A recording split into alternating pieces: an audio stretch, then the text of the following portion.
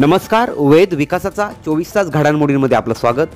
पत्रकार दिनाचे औचित्य साधून रोहा शासकीय विश्रामगृहात महाराष्ट्र राज्य मराठी पत्रकार संघाची बैठक मोठ्या उत्साहात पार पडली. या बैठकीत रोहा तालुक्यातील नवीन कार्यकारिणी जाहीर करण्यात आली. कार्यक्रमात महाराष्ट्र राज्य मराठी पत्रकार संघाचे कोकण कार्याध्यक्ष शैलेश पालकर, रायगड जिल्हा अध्यक्ष राकेश खराडे, खालापूर तालुका अध्यक्ष अर्जुन कदम, पनवेल तालुका अध्यक्ष सुनील पाटील आदी मान्यवर उपस्थित होते. या बैठकीत रोहा तालुका अध्यक्ष म्हणून किरण मोरे यांची निवड करण्यात आली. उपाध्यक्षपदी संदेश गायकर, खजिनदारपदी संदेश मोरे तर सचिव म्हणून सुरेश पंधरे यांची नियुक्ती करण्यात आली. कार्यकारिणी सदस्य म्हणून अनंत मस्कर, विश्वनाथ कोलते, काशीनाथ बांबुडे, संजय गायकवाड यांची निवड करण्यात आली. सुधागड तालुक्यातील मंगेशभाई यादव आणि प्रशांत हिंगणे यांनी या बैठकीत उपस्थिती दर्शविली. यावेळी रोहा तालुका सल्लागारपदी समीर बांबुडे यांची नियुक्ती करण्यात आली.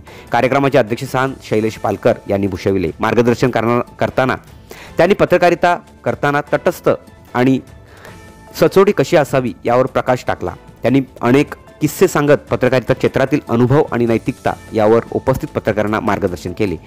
पालकर म्हणाले की पत्रकार हा समाजाचा आरसा असतो. सत्य आणि पारदर्शक माहिती लोकांपर्यंत पोहोचविण्याचे काम पत्रकारांचे आहे. समाजाच्या हितासाठी निर्भीडपणे लेखणी चालविणे हीच खरी पत्रकारिता आहे.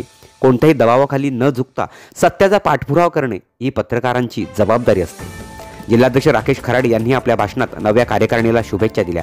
त्यांनी म्हटले की पत्रकारिता ही केवळ व्यवसाय नसून समाजसेवेचे कार्य आहे. सत्याचा शोध घेताना अनेक अडचणी येतात, पण त्या सामोरे जाऊन काम करणे गरजेचे आहे. प्रामाणिकपणा आणि धैर्य यामुळेच पत्रकारिता अधिक बळकट होते. या प्रसंगी तालुका कार्यकारिणीला शुभेच्छा देत पालकर यांनी संघटनेच्या पुढील वाटचालीसाठी शुभेच्छा दिल्या आणि नवीन कार्यकारिणीच्या यशस्वी भविष्यासाठी सहकार्याचे आश्वासन दिले. महाराष्ट्र राज्य मराठी पत्रकार संघाची रोहा तालुका कार्यकारिणी जाहीर झाल्याने स्थानिक पत्रकारांमध्ये उत्साहाचे वातावरण निर्माण झाले आहे. आगामी काळात रोहा तालुका पत्रकार संघ आपल्या कार्यामुळे समाजातील प्रश्नांना वाचा फोडेल अशी अपेक्षा यावेळी व्यक्त करण्यात आली.